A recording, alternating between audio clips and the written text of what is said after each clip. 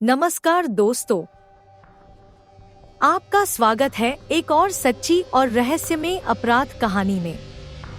आज हम बात करने जा रहे हैं एक ऐसे केस के बारे में जिसमें एक कप चाय के साथ हुई एक हत्या ने पूरे परिवार को हिला दिया था। यह कहानी है नवनीत सचान की, जो एक सरकारी कर्मचारी थे और जिनकी मौत एक बेहद चौंकाने वाले तरीके से हुई। यह एक ऐसा केस था जो पहली नजर में आत्महत्या जैसा लगता था, लेकिन जांच के बाद सामने आया कि यह हत्या की एक घिनौनी साजिश थी। आपको बताऊं, यह केस सिर्फ एक हत्या नहीं है, बल्कि यह एक ऐसे परिवार की टूटन और अपराध की कहानी है जो हमें यह सोचने पर मजबूर करता है कि हम अपने आसपास क्या देख रहे हैं और क्या जान रहे हैं। आइए जानते हैं नवनीत सचान मर्डर केस की पूरी कहानी और साथ ही यह भी कि कैसे इस अपराध का पर्दाफाश हुआ। नवनीत सचान 42 साल के थे और लखनऊ में पीडब्ल्यूडी विभाग में सेक्शन अफसर के पद पर कार्यरत थे। वे बहुत ही जिम्मेदार और ईमानदार व्यक्ति थे जो अपने परिवार के लिए समर्पित थे। उनका एक पत्नी, एक बेटा और एक बेटी थी। वे अपने काम में बहुत ही निपुण थे और घर में भी उनका आदर था। उनकी जिंदगी सामान्य चल रही थी, लेकिन जो किसी को नहीं पता था वो यह था कि उनके अपने परिवार के अंदर एक खौफनाक साजिश चल रही थी। यह घटना 9 अगस्त 2014 की है। नवनीत सचान की दिनचर्या सामान्य थी। उन्होंने नाश्ता किया और फिर अपनी पसंदीदा चाय पीने के लिए बैठ गए। उनके छोटे भाई की पत्नी, जो घर में चाय बनाने की जिम्मेदारी संभालती थी, ने चाय बनाई और नवनीत को दी। कुछ ही मिनटों में नवनीत के पेट में दर्द शुरू हो गया। तेज मरोड़ और उल्टियां हुई। इसके बाद वे बेहोश हो गए। घरवालों ने तुरंत उन्हें अस्पताल पहुंचाया, लेकिन डॉक्टरों ने उन्हें मृत घोषित कर दिया। पहली नजर में यह एक हार्ट अटैक जैसा मामला लग रहा था, लेकिन घरवालों को कुछ गड़बड़ महसूस हुई। पोस्टमार्टम के बाद पुलिस को एक चौंकाने वाली रिपोर्ट मिली। मृत्यु का कारण हार्ट अटैक नहीं था, बल्कि एल्यूमिनियम फॉस्फाइड यानी जहर था। यह वही जहर होता है जिसे आमतौर पर कीटनाशक के रूप में इस्तेमाल किया जाता है। यह जहर शरीर के अंदर बहुत तेजी से काम करता है और अंगों को नष्ट कर देता है।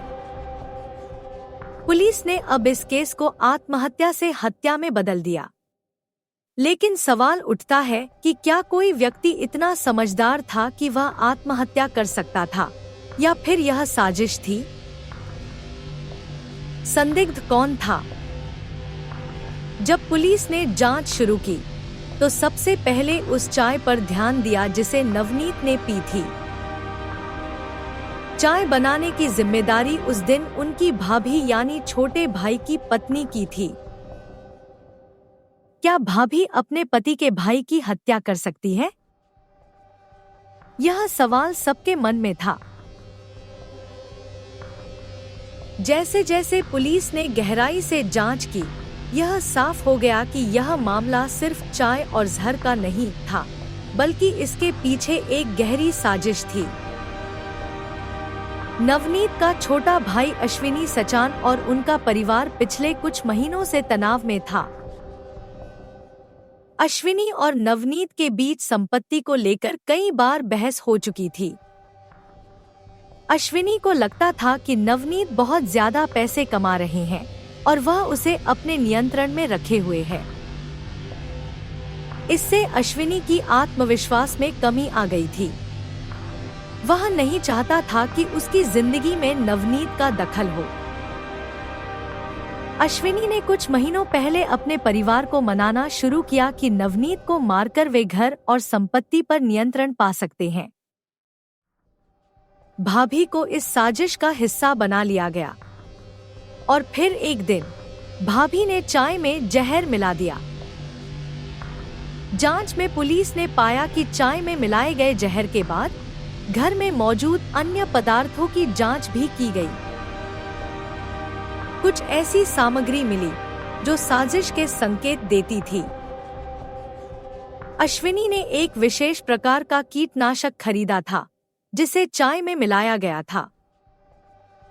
इसके अलावा भाभी ने स्वीकार किया कि उसने चाय में जहर मिलाया था, लेकिन उसने यह भी कहा कि उसे यह काम मजबूरी में करना पड़ा था क्योंकि उसे अश्विनी ने डराया था। पुलिस ने दोनों आरोपियों को गिरफ्तार किया। अश्विनी ने अपनी पूरी साजिश का कबूलनामा किया। उसने स्वीकार किया कि वह चाहता था कि नवनीत की हत्या के बाद घर की संपत्ति पर उसका नियंत्रण हो। उसने अपनी पत्नी को पूरी साजिश में शामिल किया और उसे जहर देने के लिए राजी किया। लेकिन भाभी ने कहा कि उसने ऐसा डर के मारे किया क्योंकि अश्विनी ने उसे धमकी दी थी।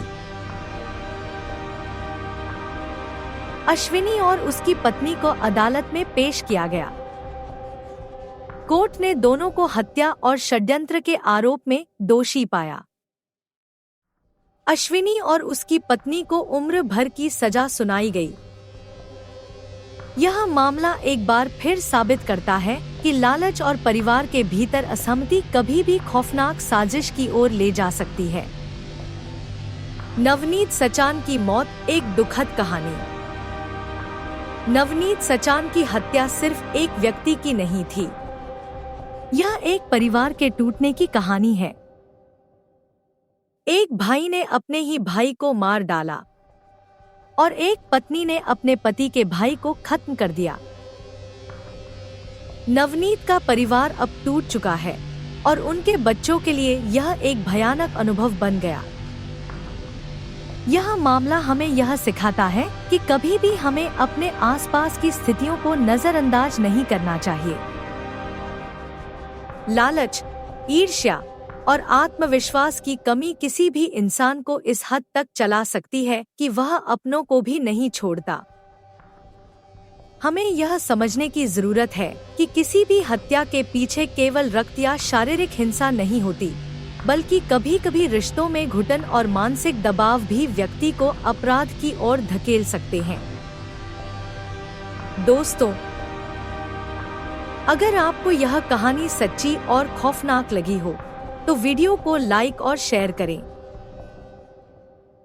चैनल को सब्सक्राइब करें और बेल आइकन दबाना ना भूलें ताकि आप ऐसी और सच्ची अपराध कहानियां सुन सकें।